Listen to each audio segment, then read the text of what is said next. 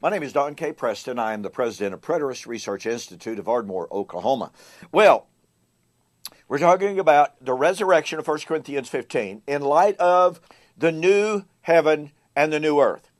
Listen, it is just universally admitted that the coming of the Lord, the parousia, what is generally called the second coming of Christ, brings in the new heaven and the new earth. Once again, I don't know of anybody that disagrees with that.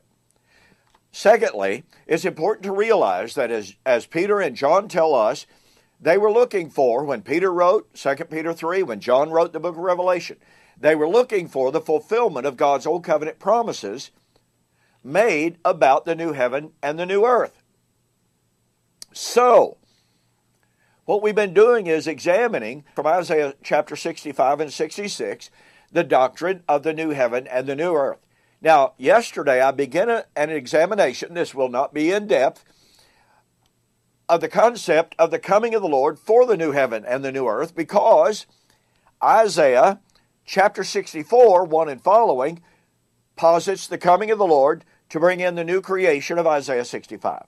Isaiah 66, 15 and following, posits the coming of the Lord in flaming fire to bring in the new heaven and the new earth. Now, folks, this is the time of the resurrection. This coming of the Lord of Isaiah would be a coming of the Lord in the same manner as God had come before. God had never come literally, visibly, and bodily before. Now, I shared with you that I've created a 14-lesson, it's in MP3 form, a 14-lesson study on defining the day of the Lord. This is such a critical study. Whereas the great majority of Christianity says, oh, well, the coming of the Lord is Jesus coming out of heaven as a 5'5" Jewish man in a physical body riding on a physical cumulus cloud. No, Jesus said he was coming in the glory of the Father, as the Father had come. He was going to come and judge in the way that he had seen the Father judge before. Well, as we demonstrated, God had never, ever, literally, visibly, bodily come out of heaven. Period. End of story. Now, let me illustrate that from right here in Isaiah chapter 66, that Isaiah is using typical Jewish apocalyptic language that was never intended to be taken literally. He says, "For behold, the Lord will come with fire, and with his chariots like a whirlwind, to render his anger with fury, his rebuke with flames of fire. For by fire and by sword the Lord will judge all flesh, and the slain of the Lord will be many." Now, what's critical to see here? This is typical, as I mentioned a moment ago, apocalyptic. Apocalyptic language sounds like it's the end of the world. Sounds like it's the end of time. It sounds, horrific. But it's highly metaphoric language to describe God's actions within history, not to end history. Now, let me illustrate that. In Psalms 68, and by the way, in the MP3 series that I've just mentioned, the 14-lesson series, I give an extensive list, and I go over passage after passage after passage, showing how God came many, many times in the Old Testament. He acted in judgment. He came in fire. He came with the clouds. He came with a shout. He came with the angels, etc. But never literally, visibly, and bodily. Psalm 68. Here is the psalmist saying, and this is David, "Let God arise. Let his enemies be scattered. Let those who hate him flee before him. As smoke is driven away, so drive them away." Now, does that not sound like Isaiah 66? The Lord will come in flaming fire and slay his enemies? As wax melts before the fire, so let the wicked perish at the presence of the Lord.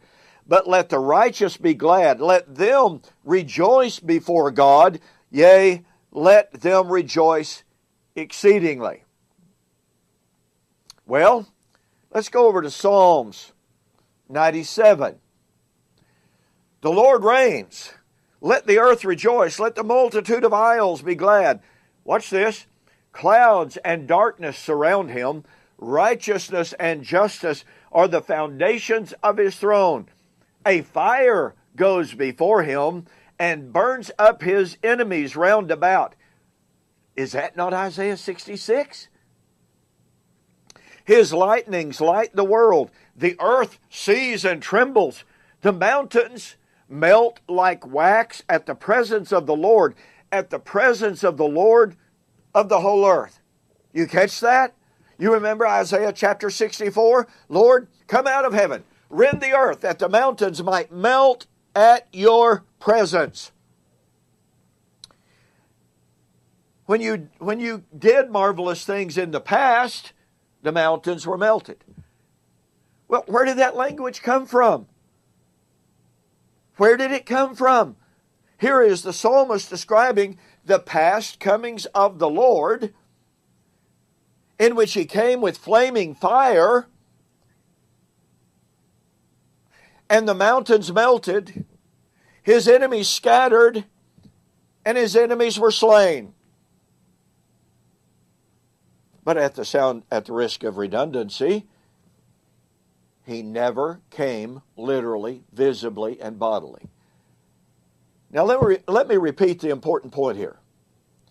Isaiah 66 is predicting a coming of the Lord in flaming fire as he had come in the past. But this is the coming of the Lord to bring in the new heaven and the new earth. This is the coming of the Lord for the resurrection. But it is not a coming of the Lord in a literal, visible, bodily form out of heaven. It is a coming of the Lord as the Lord had come many times in the past. He had never, ever, ever come literally, visibly, and bodily in the past.